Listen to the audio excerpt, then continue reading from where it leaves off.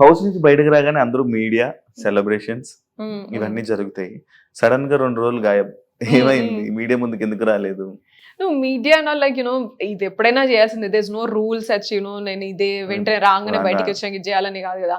I'm like I missed family so much. I wanted to be with family. Food అసలు ఘోరమైన, అసలు నాకు food లేదు, పిచ్చి పిచ్చి ఉండే, చాయ్ లేదు, ఫుడ్ లేదు, ఏదో ఇట్లా తిన్నాము.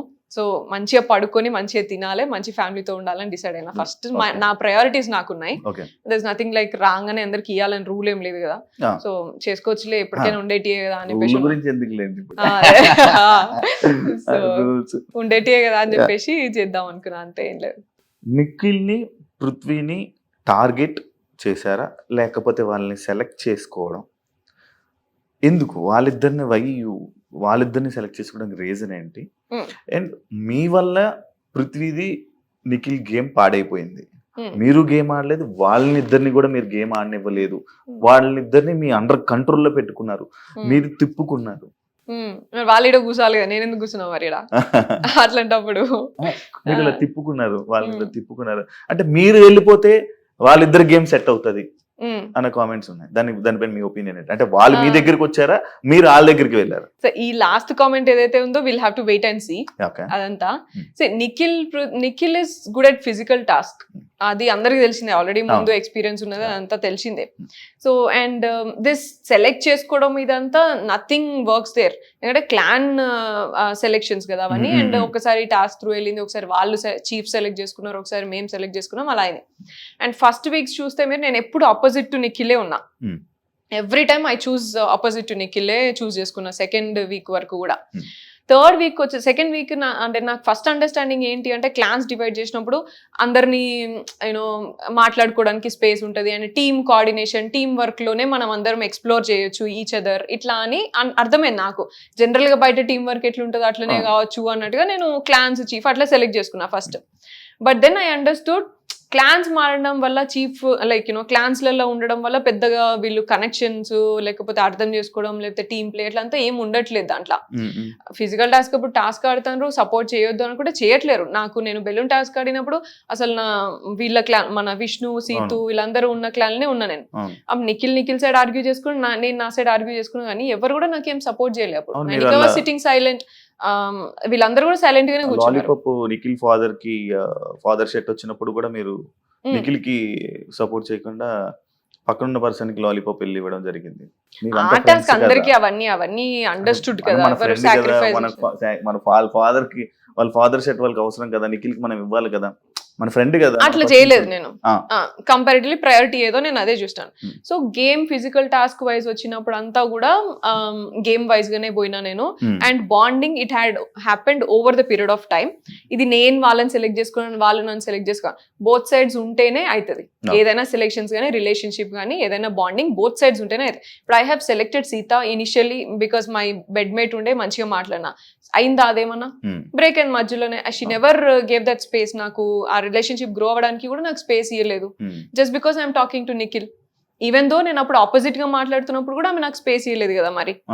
And I sat with all this, యష్మితో కూర్చున్న, ప్రేరణతో స్లోగా అయింది. దెన్ అభయ్ క్లాన్ లోకి వెళ్ళినాక బ్రేక్ అయింది. యష్మితోని లాస్ట్ థర్డ్ వీక్ వచ్చేటప్పుడు మా క్లాన్ లోకి వచ్చిన తర్వాత బాండింగ్ వచ్చింది. సో ఒక్కొక్కరితోని ఒక్కొక్క స్పేస్ లో అవుతోంది, ఒక్కొక్క టైమ్ అండ్ స్పేస్ లో, సిచ్యువేషన్స్ లలో అవుతోంది. వీళ్ళతోని తొందరగా అయ్యింది, ఎందుకంటే ఫస్ట్ నిఖిల్ తోని కూడా పెట్టుకున్నా. So he came and like made me understand, అట్లాగా సోనియా ఇట్లా అని కన్విన్స్ చేయడము. So that's why this bond grow up. And పృథ్వీతోని మళ్ళీ నెక్స్ట్ స్లోగా అయింది. Probably I don't even remember, పృథ్వీతోని సెకండ్ వీక్ లోనే క్లాన్ వల్లనే అయ్యింది. So it is not like you choosing me or me choosing me, bond is two sides. And we had a good bonding and that grew over a period of time. కొంచెం time తర్వాత మేము కూడా గొడవలు పడ్డాం, మేము కూడా difference of opinions ఉన్నాయి.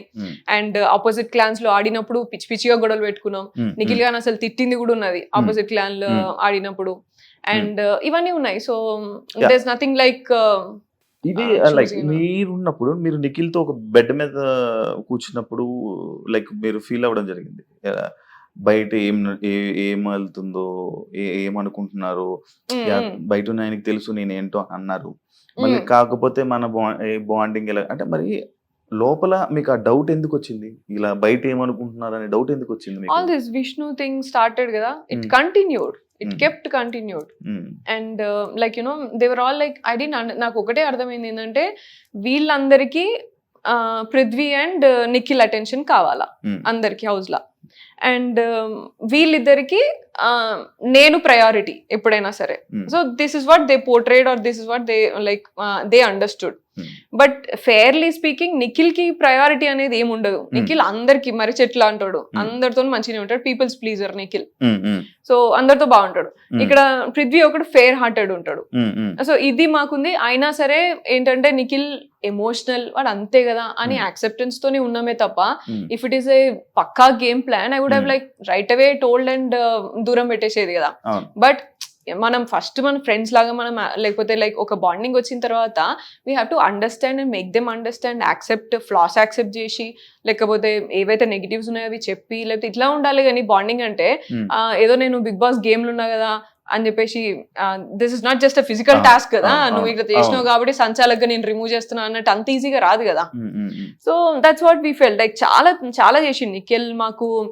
Like misunderstandings చాలా ఉన్నాయి అండ్ మమ్మల్ని ఎట్లా పోర్ట్రే చేసిండు, లేకపోతే ఇట్లా వేరే వాళ్ళ దగ్గరికి వెళ్ళి ఏం మాట్లాడినా అవన్నీ మాకు తెలుసు. తెలిసినా సరే we were there with him only because వాడు మాకు ఫస్ట్ మిస్టేక్ అయినప్పుడు ఎట్లా అంటే వాడి డిప్రెషన్ అండ్ యునో బయట జరిగిన వాడి పర్సనల్ స్టోరీ అంతా చెప్పుకొని he said like you know I'm very much depressed, I found my family here with you 3 guys, అబ్బాయి పృథ్వీ నువ్వు, నాకు మంచి comfort and family kind of thing ఉన్నది, నేను నాకు మనసుకు నచ్చినట్టు నేను ఉంటా, అదే డిసైడ్, నేను ఎక్కువ పెద్దగా ఇది అది అని నేను ఏం పెట్టుకోను నేను అని మాట్లాడాను.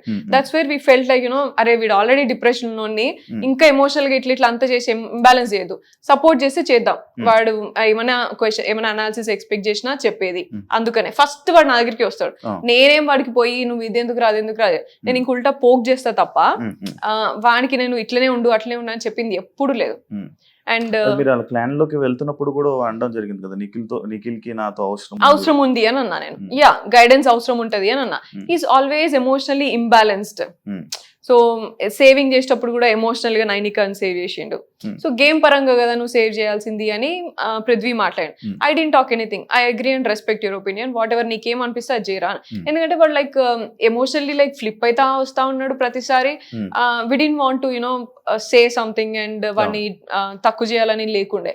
కొంచెం ఎంకరేజింగ్ గా మంచిగా ఉంటే వాడేదో వాడు చేసుకుంటాడు. ఆ కంఫర్ట్ జోన్ ఇవ్వాలి అనేది ఒక్కటే ఉండే అంతే మనకి. ఎందుకంటే వాడు అది డిప్రెస్డ్ ఉండే అట్లా అంతా చెప్పినాక why would we do that. నాకు కోటి రూపాయల ప్రశ్న, నిఖిల్ స్మోక్స్ మానేస్తే మీరు ఏమి ఇస్తా అన్నారు? అయ్యో so that's again one thing. Yeah ఏమిస్తారు వాడికి నేను పెళ్లి చేసుకునేటప్పుడు నేను నా పెళ్ళప్పుడు వాడికి చైన్ ఇస్తా అని చెప్పిన, చిన్నోనికి ఇయర్ రింగ్స్ ఇస్తా అని చెప్పిన, అవైతే ఖచ్చితంగా ఇస్తాను నేను.